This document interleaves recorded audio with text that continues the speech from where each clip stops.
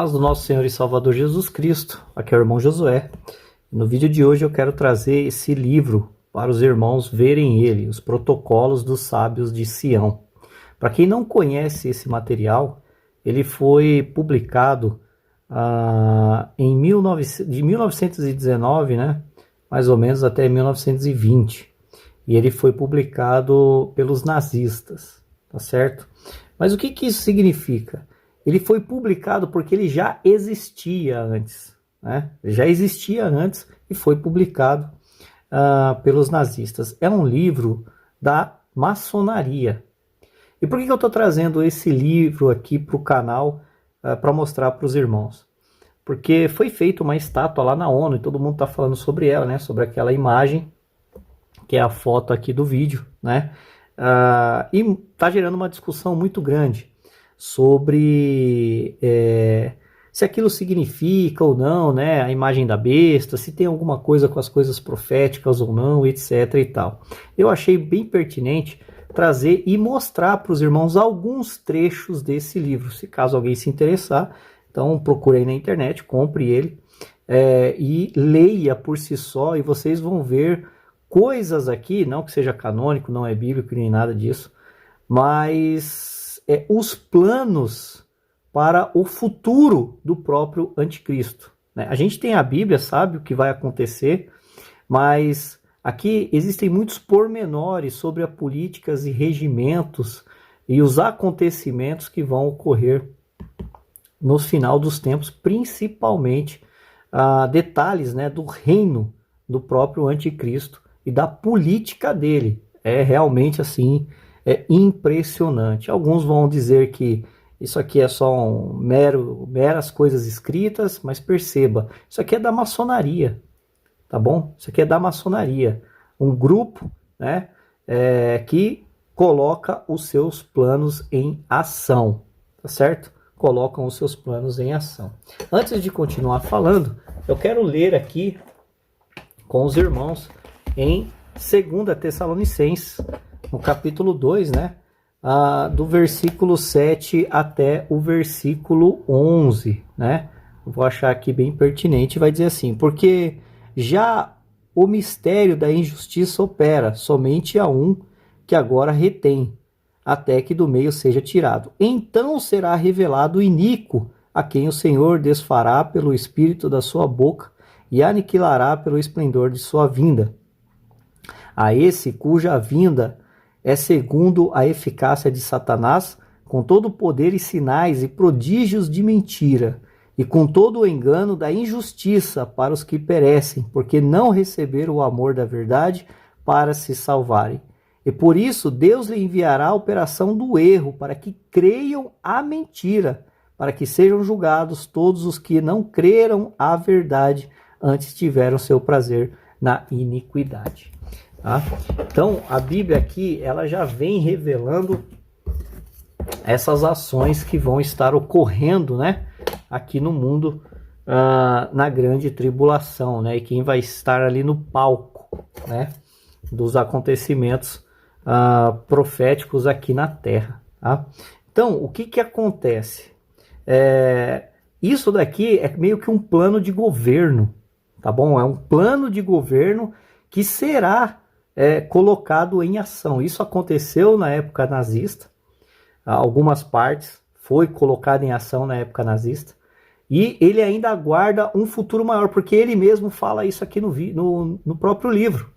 Existem muitas coisas aqui dentro, e vai falar sobre os evangélicos, os cristãos, os protestantes, o papado. Inclusive vai dizer que o papado será devorado, muito parecido com o que a Bíblia fala, né, sobre a grande meretriz, né? Ou seja, a igreja ecumênica, né? E aqui fala sobre isso também. E o que acontece? Muitas pessoas vão para aquele campo especulativo, né? Aquela coisa é uma teologia do medo, né? E etc e tal. Não, irmãos. O fato é que o diabo não está brincando de ser diabo. O diabo não está no mundo brincando de ser diabo. Ele não está aqui tirando férias. Ele não está aqui brincando de ser o diabo, não. Os planos dele está ocorrendo, está acontecendo. Não estou dizendo que ele é mais soberano que Deus, porque isso é um absurdo. O que eu estou falando é que o plano do diabo, de Satanás, ele está acontecendo. As coisas estão andando. O mundo está um caos. E a cada dia que passa, nós estamos mais próximos do fim do que do começo. Então, eu vou ler aqui alguns trechos que eu separei aqui do livro, para que os irmãos entendam e vejam os planos, né, que foram escritos nesse livro e que também foram usados pelos nazistas, né, e que vão ser usados ainda no futuro, nos pormenores, nos detalhes, né, porque a maçonaria, ela vai encabeçar isso, que é o plano dela, né, já não é de agora, né. Então, vamos ler aqui algumas coisas aqui que eu achei assim bem pertinentes, pelo menos alguns trechos, né? Vamos ver aqui.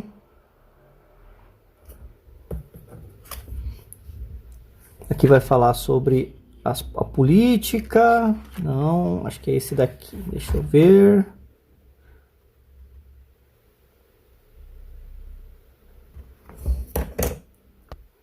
Vou ler esse trecho aqui para os irmãos. Olha o que fala essa parte aqui, ó. Fomos eleitos por Deus, mesmo para governar a terra. Deus nos deu o gênio, a fim de podermos levar a cabo esse problema. Embora surja um gênio no campo oposto, olha isso, embora surja um gênio no campo oposto, poderá lutar contra nós. Mas o recém-vindo, quem é esse recém-vindo aqui que ele está falando, hein? Quem é esse recém-vindo? E olha o contraste. Não valerá o velho habitante. Quem é o velho habitante que ele está se referindo aqui? Olha isso. A luta entre nós será sem piedade, a tal como nunca o mundo presenciou. Olha isso daqui, né? A quem ele está se referindo e a quem é essa luta? Será que os irmãos têm alguma ideia sobre o que se trata essa parte aqui? Vamos para outra. Nessa outra parte aqui, eles vão falar sobre a questão de se apropriar da opinião pública, da política e tudo mais. Olha o que eles falam aqui, ó. Nós nos apropriaremos da fisionomia de todos os partidos, política, né? De todas as tendências e ensinaremos nossos oradores a falarem tanto que toda a gente se cansará de ouvi-los. Ou seja, é aquela coisa de que sempre falam a mesma coisa. Isso soa parecido hoje no campo da política? Aí eles continuam. Para tomar conta da opinião pública, é preciso torná-la perplexa, exprimindo de diversos lados e tanto tempo, tantas opiniões contraditórias, olha isso, que os cristãos acabarão perdidos no seu labirinto e convencidos de que em política é melhor não ter opinião. Será que isso soa claro para vocês? Será que... Quantas vezes vocês já ouviram isso? Que na política é melhor não ter opinião. Olha o que esse material aqui, que foi usado naquela época, e já falavam sobre os cristãos e os mecanismos, estavam fazendo. Ó. Falaremos tantas opiniões contraditórias que os cristãos acabarão perdidos no seu labirinto e convencidos que em política é melhor não ter opinião. São questões que a sociedade não deve conhecer, só deve conhecê-las quem a dirige. Eis o primeiro segredo. Então, perceba a tática que é usado para enganar as pessoas, deixar tudo relativizado. Tá achando que tem coisa pouca? Vamos para a próxima página. Agora, olha essa parte aqui. Olha o que ele vai dizer. Ó. Os cristãos são um rebanho de carneiros e nós somos os lobos. Olha essa declaração aqui. Os cristãos são um rebanho de carneiros e nós somos os lobos. E bem sabeis o que acontece aos carneiros quando os lobos penetram no seu redil. Agora veja. Fecharão ainda os olhos sobre tudo o mais, porque nós lhes prometeremos restituir todas as liberdades confiscadas, quando se aquietarem os inimigos da paz e os partidos forem reduzidos à impotência. É inútil dizer que esperarão muito tempo esse recuo ao passado. Para que teríamos inventado e inspirado aos cristãos toda essa política, sem lhe dar os meios de penetrá-las, para que, senão para alcançar o que a nossa raça quer alcançar secretamente, por não poder, como raça dispersa, alcançar diretamente? Isso serviu de base à nossa organização franco-maçonaria, olha isso, secreta, que ninguém conhece e cujos desígnios não são sequer suspeitados pelos tolos cristãos, atraídos por nós ao exército visível das lojas, a fim de se desviar os olhares dos próprios irmãos. E vamos seguir mais, que tem mais ainda. Olha essa parte aqui. As decisões de nosso governo serão definitivas e sem apelo. Nas sociedades cristãs, em que semeamos tão profundas raízes de disseções e protestantismo, só se pode restabelecer a ordem por meio de medidas cruéis que demonstrem a inflexibilidade do poder. É inútil prestar atenção às vítimas que caíram em holocausto ao bem futuro. Olha isso. O dever de todo governo que reconhece que existe não é somente gozar de seus privilégios, mas exercer seus deveres e alcançar o bem, embora às custas dos maiores sacrifícios. Para um governo ser inabalável, é preciso reforçar a auréola da sua força, o que só obtém mediante a majestoso inflexibilidade do poder que deve possuir os sinais de uma inviolabilidade mística da escolha feita por Deus. Assim, era até os seus últimos tempos de autocracia russa, nosso único inimigo sério no mundo inteiro. Aí aqui ele vai falar sobre o papado com o papado. Lembrai-vos, ao exemplo da Itália, né? Ensopada de sangue. Não ousado tocar em um cabelo de Sila. Ele cita alguém aqui, que derramara esse sangue. Sila estava divinizado pelo seu poder aos olhos do povo, martirizados por ele. A sua volta audaciosa à Itália o tornava inviolável. O povo não toca naquele que o hipnotiza pela sua coragem e fortaleza de alma. Olha isso, o povo não toca naquele que o hipnotiza. Quem vai hipnotizar o mundo, hein? Vocês sabem quem vai hipnotizar o mundo? Vamos para o último texto. Agora aqui eu vou dar um destaque ao final para os irmãos ver como será esse governo no fim dos tempos, né? Os pormenores desse governo. Olha o que ele fala aqui, ó.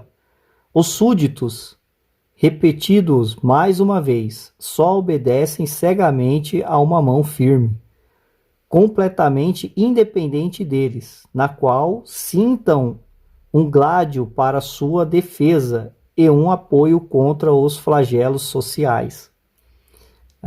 Quando o mundo entrar em colapso, eles vão precisar de alguém que resolva esses flagelos sociais. Soa alguma coisa parecida? Que necessidade tem de verem seu rei? Que rei é esse rei minúsculo aqui que eles estão falando, né? Uma alma angélica? devem ver nele a personificação da força e do poder. Olha essa parte aqui.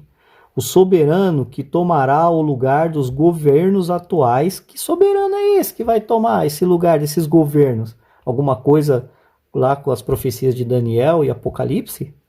No meio atuais, que arrastam sua existência no meio de sociedades desmoralizadas por nós.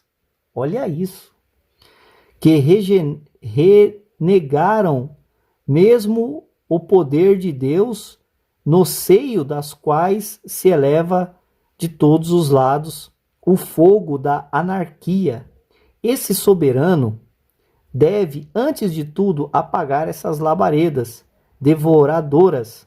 Por isso será obrigado a condenar à morte essas sociedades, embora tenha de afogá-las no próprio sangue, para ressuscitá-las sob a forma de um exército regularmente organizado, olha isso, lutando consistentemente contra toda infecção capaz de ulcerar o corpo do Estado.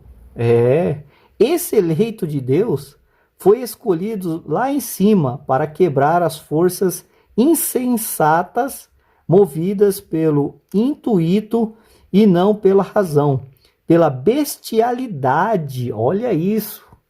Bestialidade? Será que tem alguma coisa aí com essa bestialidade lá no livro de Apocalipse? Talvez a imagem, a forma e a preparação, e não pela humanidade. Essas forças triunfantes que triunfam agora pilham, comete toda a sorte de violência sob o pretexto de liberdade e direitos. Elas destruíram toda a ordem da sociedade para erguer sobre as ruínas do trono do rei de Israel, mas seu papel estará terminado no momento da elevação desse rei ao trono. Olha isso, hein? Será que alguém vai se sentar no templo de Deus, se exaltando e querer ser igual a Deus e requerer adoração? Parece familiar?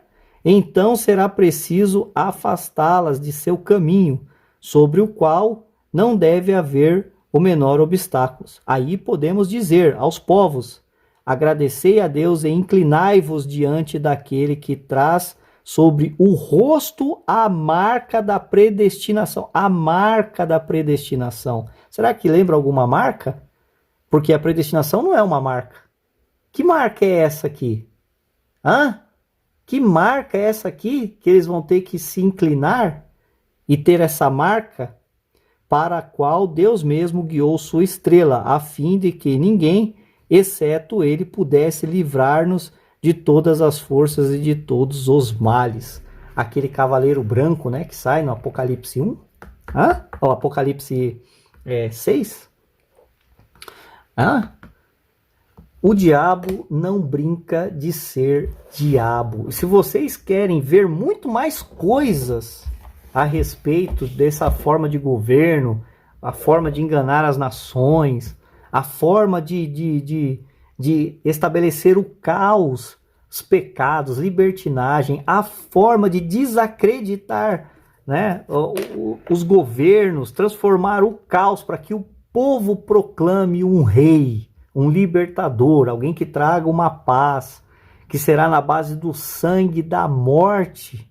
Esse livro aqui vai falar muita coisa que, assim, é realmente surpreendente. Você vai lendo e vai comparando com os textos bíblicos, né, escatológicos, sobre a grande tribulação e os eventos que vão se dando. Meu amigo, o negócio é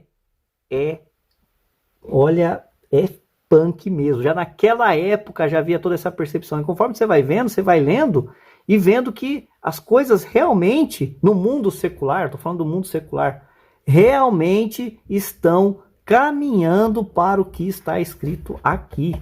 O caos social, a liberdade sem freio da lei moral, ou seja, quebrando a lei moral de tudo quanto é jeito, porque existe um propósito por trás disso, levando a sociedade a se comportar como animais. Não é o que está acontecendo hoje? Se comportando como animais, conforme a Bíblia fala, mas existe um motivo, uma preparação do mundo. É o que esse livro vai falar, que é a preparação para a subida do anticristo. O mundo está se preparando. O diabo não está brincando de ser diabo. E tem muitos cristãos ainda olhando para o mundo e desejando coisas aqui nessa terra